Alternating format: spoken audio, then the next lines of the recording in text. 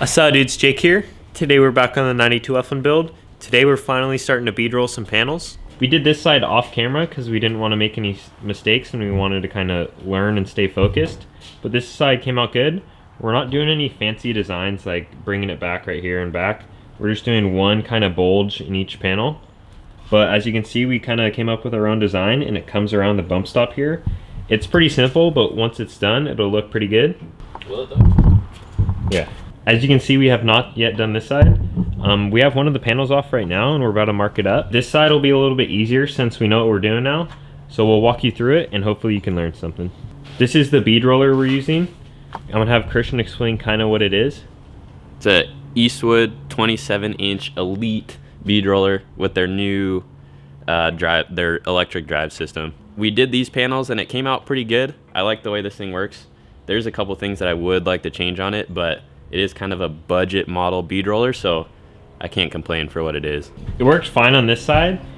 Christian was kind of bead rolling over there and I was adjusting the speed for him over here depending on if we were in a corner or on a straight line. In the straight lines we obviously went a little bit faster and then we slowed it down a lot around the corners. This is the mount we made in the last video, so if you're curious on how we made that, just go to the last video. It's at the start. It's kind of a montage in the first 2 minutes. So today I'm keeping up with the wings. So we got the panel from the driver's side out here. We're gonna start marking it up. The first thing we have to do is we're gonna measure 3 inches from the edge of it, and that just makes sure there's room for our Zeus tabs that are gonna mount off the tubes so they don't conflict with the edge that we're gonna roll into it. So yeah, we gotta get the 3-inch mark on all the corners and then we'll go from there.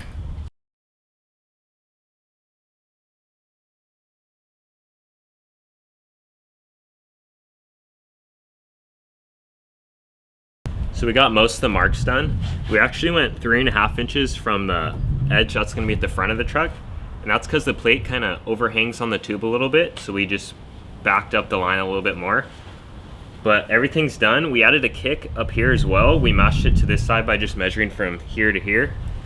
And that's just to match this side. We got that point just by eye. We just liked where it sat right there. Everything was even down here, so it just looks the best.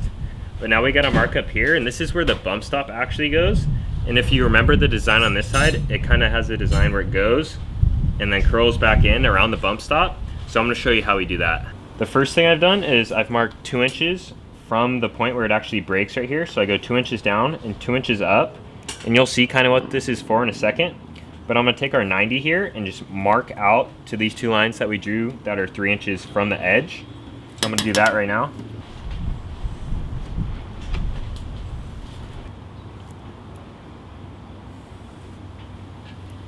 All right, so I used the 90 and just got some lines drawn out to these other lines. And I also went ahead and used acetone with just like a paper towel and took off the excess lines that we're not gonna need. So now we're just gonna connect these 2 lines with just a ruler, and then that'll give us a base point of where to draw the curve off of. At this point, I'm gonna measure to the center of the line, and it's about 4¼ inches, so I'm gonna go mark it at 2 1/8. And that's just gonna tell me where the middle of the curve's gonna be at. So now we know the axes where the curve's gonna have to be on. We're now gonna have to find something that's gonna be able to radius that far and that we're gonna be able to draw around it. We have a big piece of PVC pipe that actually works great for this. So this is just some 6-inch PVC. And right now I'm gonna line everything up and draw a curve so the line will start here and end here, and then you bring this piece back and then you draw from here to here the opposite way, so it's kind of just like an S curve.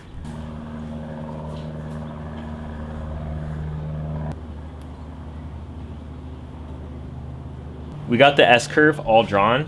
The point of doing all these markings is to ensure the middle of the S curve is in line with this cut, and it makes sure it's also evenly kind of distributed over these 4 inches. And this 4-inch number that we came up with, or 2 from the cut, that's just something we came up through trial and error. We tried drawing it up with like 1.5 inches or 1 inch to see how the S curve would look. And we just found with 2 inches that the S curve right here looks the best. So that's where that number came from. It's not from any kind of formula or anything. It's just something we came up with. So now that that's done, the last thing we have to do is draw the radiuses on all the other corners. And to do that, we're just using this kind of template that we got at a local arts and crafts store. But we've been using the 3.5 inch circle, and we found that that just looks best around the corners.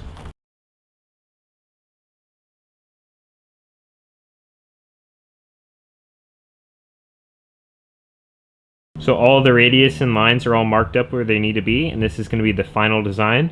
Now it's time to just throw this thing in the bead roller and get to rolling.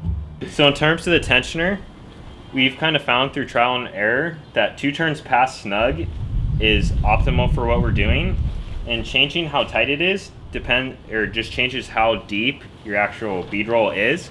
So 2 turns is what we've done on all these other panels, and that's what we're going to do on this one. So we're actually using 3 people to do this piece. I'm adjusting the timing, Christian's actually rolling it through, and then my dad over here is just kind of holding things to make sure everything's level. I just want to take this moment to thank my dad. He's been a huge part in this build, whether it be financing things or teaching Christian and I. There's no way we could do this build or this series without him. He's given us a huge opportunity, and we're very grateful. So thank you, Dad. But Christian has it to where he's feeding it through, so he can actually see the line as he's going, and he just stays low, and so we can spot the line all the way around. And we'll also start at the slowest speed and kind of roll into it, and that just makes sure you're not getting a jump and stuff's getting crooked right off the bat.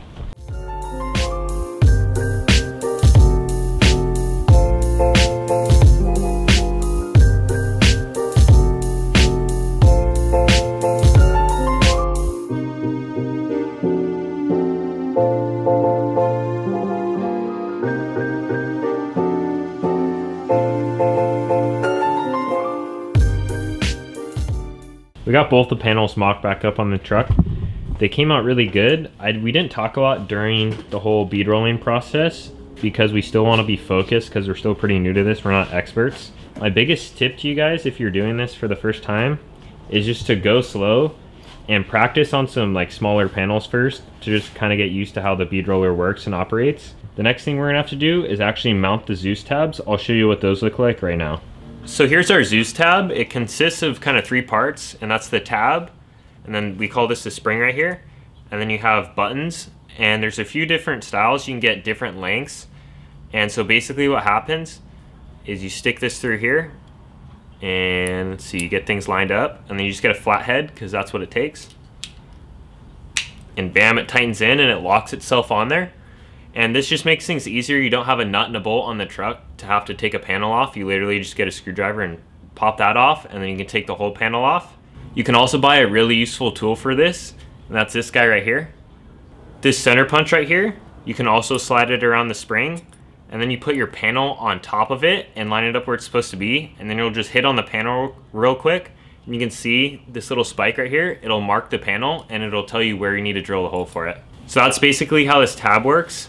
This part right here will just rest on a tube and you weld it on, and it's pretty simple.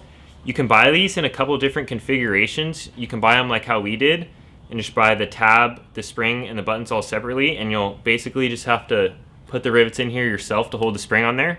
Or you can buy them pre-assembled like this, and it makes your life a little bit easier. But this is the route that we went, and we just had to rivet all these, which wasn't a big deal. We got one of the Zeus tabs all in back here. It's all welded. And we decided to only use one Zeus tab at the back of the panel. And so what we did is we measured from the bottom of the panel to the top, and then just put the Zeus tab in the center. And as you can see, there's the actual punch on there. And so we held up the panel and kind of just hit it with our hands, and you can see it left this little dimple right here. So that's how we're gonna know where to mark the hole. So we're gonna get this drilled out right now. Now that the hole's all drilled out, we have this dimple die tool. So that's just gonna make it so it sits flush in the metal itself and it's not sticking out. So we're just gonna put this on, and we just gotta tighten it, and it should dimple it.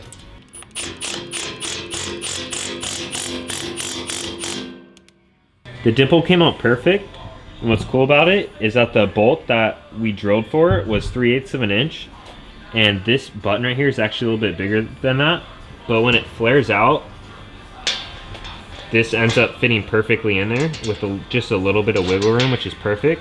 So if you're doing this, don't drill a hole to the size of this, drill to the size of the bolt that comes with that dimple kit, and it'll end up being perfect. This is what everything looks like once it's actually in there. As you can see, the button of the Zeus tab is completely flush. We're only gonna be able to do one of these right now because we didn't know what button size we needed. As I said earlier, they come in different lengths. We're gonna have to buy more of these, but we had a different size as well, so we didn't know which one to order. But now we do, we're just gonna have to order more of these. As you can see, we have all the tabs themselves. We just need to buy a lot more buttons. But once those are here, we'll be able to do the rest of the panels. So right now we're just gonna move on to making this back panel and possibly the panel for the center console. I'm not gonna walk you guys through those panels because it's basically the same process as making these, but I will give you guys a cool montage.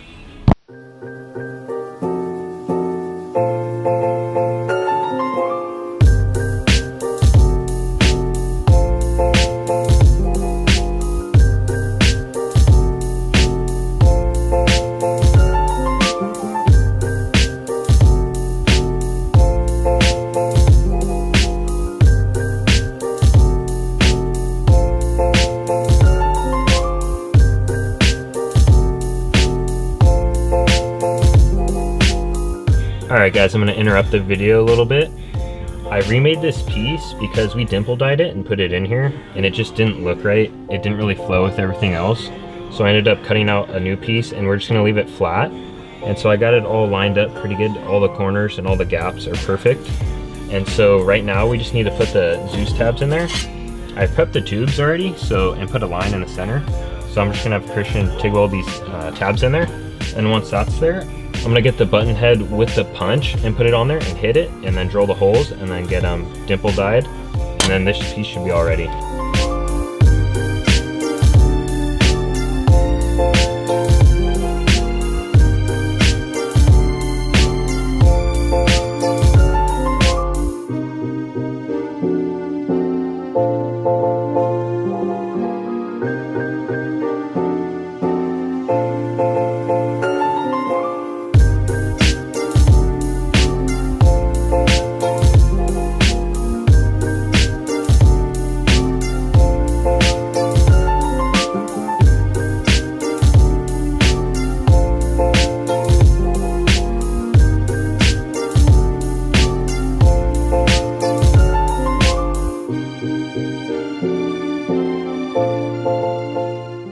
I hope you guys enjoyed that little series of clips that showed how we made the panel for the center console here. I added a little bit of a grain in here. It might be hard to see on the camera in this lighting, but basically what I did is put WD-40 on there, as you saw, and when I was using Scotch-Brite on it, I went really straight, and so there wasn't like any curves going through there. But the reason that we use WD-40 is apparently you can get a little bit of a deeper groove in there and a little bit more grain out of it by using that. Tomorrow I'm going to go back in here, I'm going to paint these tubes, and I'm also going to clear coat this piece. The handbrake, it gets limited right there, but if you look at how much throws in there, once there's actual pressure in the brake lines, you're not going to be able to pull the handbrake back that far anyways. So that'll be fine. If it does for some reason go back further, then we can just notch this out a little bit more. It's not a big deal. We were thinking about adding a cup holder in here, but we're kind of going against it now because your hands are going to be all in here when you're grabbing everything. So if there's a drink in here, you don't want your hand to hit that or anything while you're trying to operate the vehicle. But that's going to be it for this video. We walked you guys through how we bead rolled those panels and how we came up with their designs.